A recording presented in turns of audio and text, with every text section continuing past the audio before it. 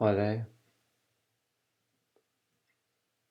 This presentation is an analysis of a poem that I was going to upload, but then I decided it was too difficult to read the text, so I might get someone else to read it for me. And I can't really read the text here, but I mean, I can remember what I put, obviously. But anyway, the thing is that we talk about soul awareness. I don't even know what soul awareness really means, much less how to attain it. And one starts from point A and gets to point B, and presumably point A is minimal or minimal awareness of soul, and point B is maximum awareness of point of soul awareness, whatever that means. I've said it's not a linear thing because this arrow implies it is, which I don't think is true at all. I think it's more like a balloon. If you imagine a balloon being blown up, the radius of the circle gets exponentially, it increases exponentially as you put more air into the balloon. So we're talking about something in 3 dimensions here. And the soul awareness is the outer skin of the um, of the balloon, and something is, well, presumably the oxygen going into the balloon is the awareness, and soul is the balloon itself. So as more awareness is pumped into the balloon, the bigger the balloon gets. And I have in mind of a sort of balloon, of soul awareness being an all-encompassing awareness somehow. And it's sort of filling a space, as it were, that with soul that wasn't there before somehow. But in a sense, that's a digression because the poem really concentrates on envisaging soul awareness as some kind of feng shui directed force going, from A to B, and having nothing in its way, essentially. But as we all know, there's 1,001 obstacles in the way of everything that we think and do. And I haven't. The poem talks about flying under the psychic radar of the soul keepers of this world, for example. Well, we'll come to that in a minute. And flying over the peaks of distraction and over the valleys and gorges of despair, and then also between good and evil, and between love and hate, which fight each other with burning hearts, as the song says. And Killing Joke comes from, by the way. And so, which ages me rather, because Killing Joke were around in the 1980s. Anyway, so we're flying over the tops of the mountains here, and we might think about the types of distraction: physical, mental, emotional, situational, your life situation, for example, and media generated. The media obviously make money out of making you afraid. Um, you know, and they either make up stuff to make you afraid, or they overemphasize certain aspects of life in order to make you afraid, or alarmed, or interested, or fascinated with some evil thing that that sort of envelops you in its fascination, and really makes you more buy more, and look at more adverts, so and increase the circulation, etc., etc. So they have a vested interest in making you sort of go oh and oh and producing some sort of chemical reaction in your brain. Obviously, cells copy, which sells advertising, which is all they're really interested in. Not the truth at all. The truth is sort of incidental to the process, obviously, of making a profit. I mean, they're not a charity, are they? They're there to make money, These are sort of various categories of distraction that I've listed, as making up the peaks of the mountains over which your soul awareness travels. And so it's quite easy to ignore the most of the distractions, although not all the distractions, and consequently one becomes full of despair. And I've even got a thing called boredom here. It's a very interesting thing about boredom. You go into the troughs of boredom as much as you go into the troughs or valleys or gorges of despair. And certainly, one of the things I've noticed, in meditation and anything to do with making oneself a better person, sort of becoming transhuman, is one just becomes bored. It's so much easier not to do things. It's so much easier to hate than to love. It's easier to destroy than to create.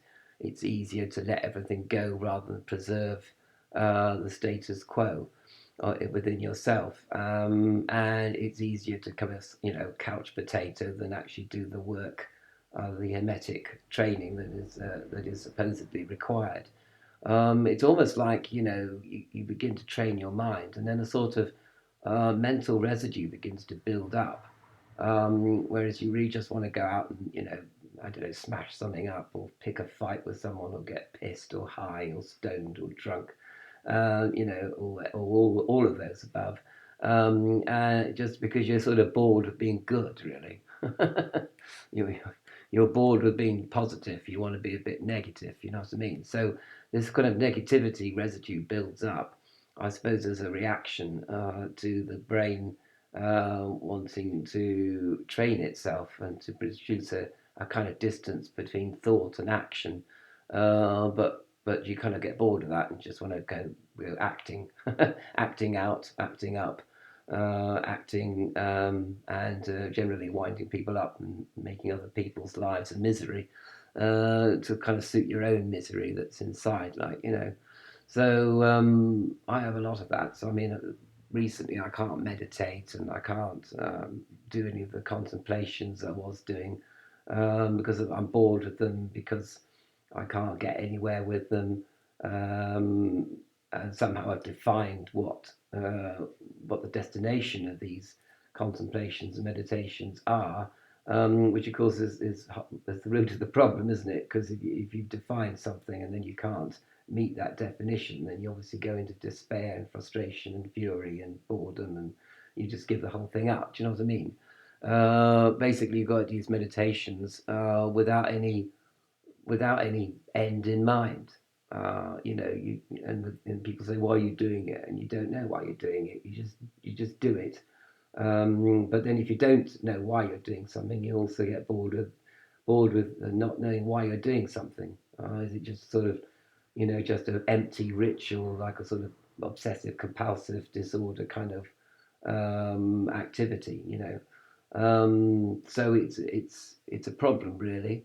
And we haven't even got into the sort of flying under the radar of psychic attack and false psychic ecstasy.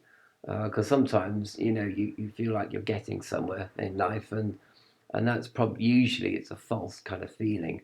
You think you're getting somewhere, but you're actually not.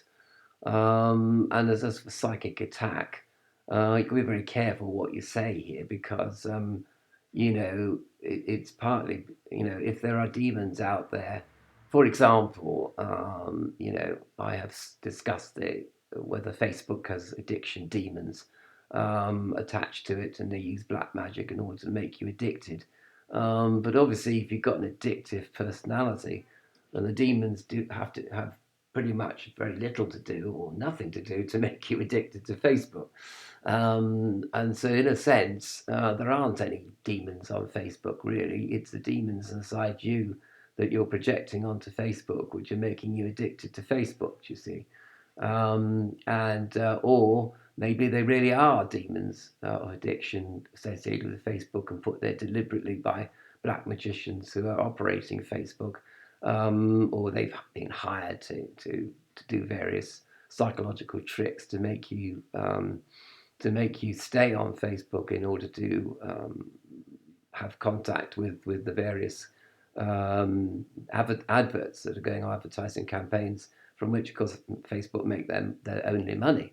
Well, perhaps not their only money, but a large part of it, because it's free, right? And free and always will be. That's the slogan, isn't it? But it's actually not particularly free because it does have an effect on your mind. There is something to pay, that you're paying. You're paying with your energy. You're paying with your psychic energy to be on Facebook, which is as it should be. This is nature, isn't it? You don't get something for nothing. Do you know what I mean? Bear that in mind when you start going to goetic demons and Ouija boards and all this. There's no such thing as a free lunch. You do things, they do things for you, and you've got to do things for them in return, right? Bear in mind the Faustian aspect to all this. And that goes with the people that are creating Twitter and Instagram and Facebook, of course, and all the rest of it. They're paying with their psychic energy to have created these monstrous corporations in the first place, and they will pay in the end. So bear that in mind as well. Unless you're like Bill Gates, who retires gracefully and tries to salve his conscience by doing good works. I hope that saves his soul, but I'm not sure it probably will. Anyway, so be that as it may. The thing is that the problem with psychic attack and psychic distractions is that although they feel external and possibly are external, they are in effect internal. And so, if you were a person who had attained soul awareness fully, you could go on Facebook without becoming addicted. For example, you could drink, I don't know, a bottle of whiskey a day and not become an alcoholic. You could take heroin and crack cocaine and, I don't know, bungee jump and I don't know, do loads of crazy things in the material plane, and it wouldn't affect you. You wouldn't want to do them again. You have no pleasure center to stimulate because the soul awareness has kind of stimulated the pleasure center of your brain kind of forever. And so everything else is just a laugh. It's just something that never distracts you and can't distract you. I mean, you become the most ethereal sort of material that can possibly be, and everything just passes through you. So you may have heard, you see, from tantrics that they can drink a bottle of whiskey a day and never become alcoholics or never even get drunk. That's because the energy of the whiskey and the demons associated with the whiskey and everything else just slide through them. They have become pure spirit. They have become pure ethereal matter, which I suppose perhaps points to a definition of soul awareness as becoming completely and utterly free of the lower worlds and completely free of all distractions. That perhaps is what soul awareness is. But then what is soul? Well, I don't know what that is really. Perhaps that is what becomes free of the lower worlds, whatever that is.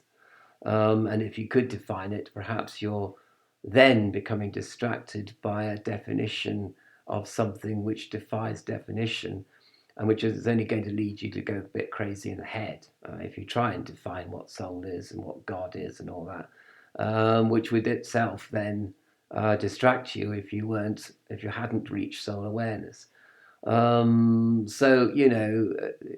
Also perspective comes into it. Because I think the soul awareness perspective changes your perspective. You no longer see love and hate fighting each other with burning hearts.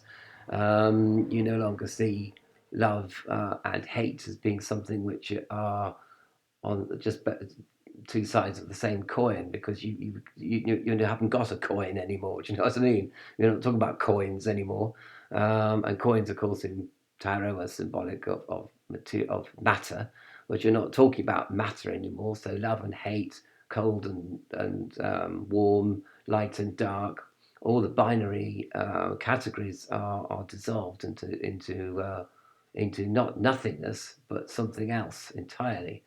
So I suppose, go keep blowing up your balloon.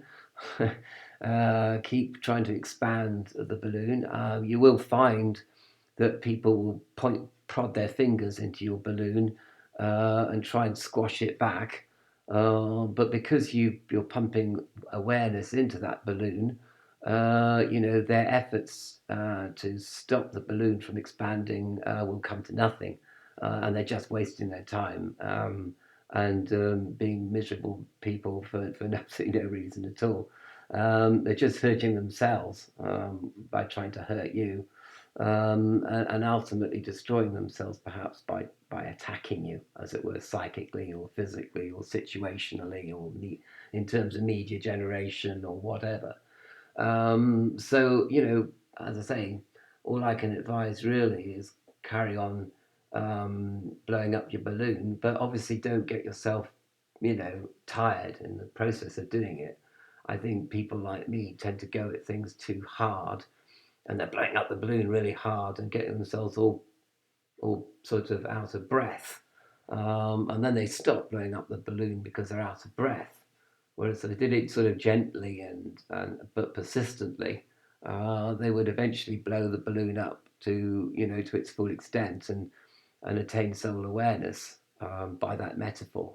But I think a lot of also the balloon metaphor actually is pretty limited as well. So I wouldn't take much credence by that either, really.